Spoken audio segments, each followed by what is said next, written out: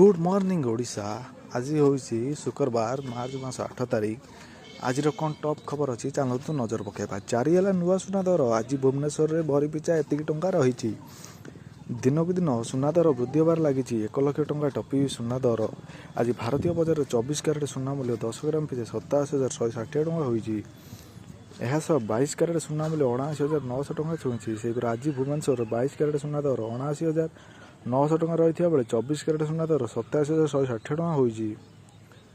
मुंबई में 22 क्यारेट और 24 क्यारेट मूल्य 79,900 टंका और 87,160 टंका थिबा रेकर्ड होइतिबा बेले नुआ दिल्ली में 80,050 टंका और 87,310 टंका रही। दक्षिण भारतर प्रमुख सहर चेन्नई में 22 क्यारेट मूल्य 79,900 टंका थिबा बेले 24 क्यारेट मूल्य 87,160 टंका थिबा रेकर्ड होईची। पूर्व भारतर प्रमुख सहर कोलकाता यथाक्रम 79,900 और 87,160 टंका रही। अन्यपटे रूपा मूल्य किलो पिछा 99,100 टंका रही। चलतु परवर्ती खबर पर नजर पकाइबा। स्कूल कॉलेज छुट्टी। छात्र छात्री खुशी खबर। राज्य सरकार ग्रीष्म छुट्टी घोषणा करिसेंती। जानतु केते दिन बंद रहिबो स्कूल कॉलेज। एथर ग्रीष्म ऋतु अधिक प्रभाव तेलुगु राज्य गुड़िक देखा मिली।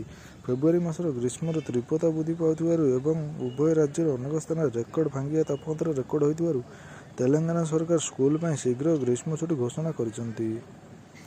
तेलंगाना समस्त सरकारी और बेसरकारी स्कूल गुड़िक चलित मास 15 तारिख एककालीन श्रेणी परिचालना करिवे बोली घोषणा करा जायछि। सेहिपरि सरकार आसंता एप्रिल 20 तारिख ग्रीष्म छुट्टी मंजूर करने निर्देश जारी करिसेंती।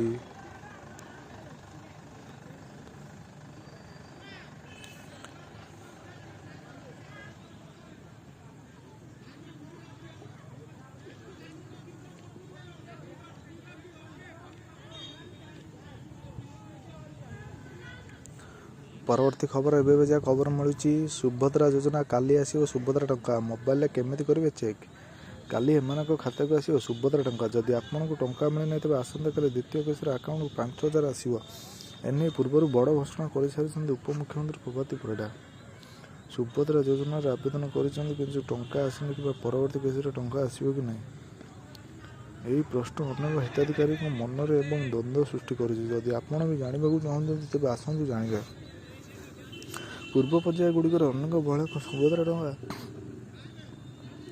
आसी भी मोबाइल को कौन मेसेज आसी नाला जहाँपर व्यस्त हो पड़ते हिताधिकारी। अधिकांश पाखरे फोन में यूपीआई व्यवस्था नथिबा हेतु टंका आसी कि ना से नहीं से स्पष्ट हो पार नथिले। केउंठी केउंठी बैंक किंबा एटीएम जाई तुरंत चेकिंग कर व्यवस्था उपलब्ध नहीं। एपरि क्षेत्र में केमिति जानवे टंका आपण खाता को आसी कि नहीं। राज्य सरकार समस्त वर्गर विकास निमंते निरंतर प्रयास करुछंती। एही क्रम में राज्यर विभिन्न योजना लागू करुछंती।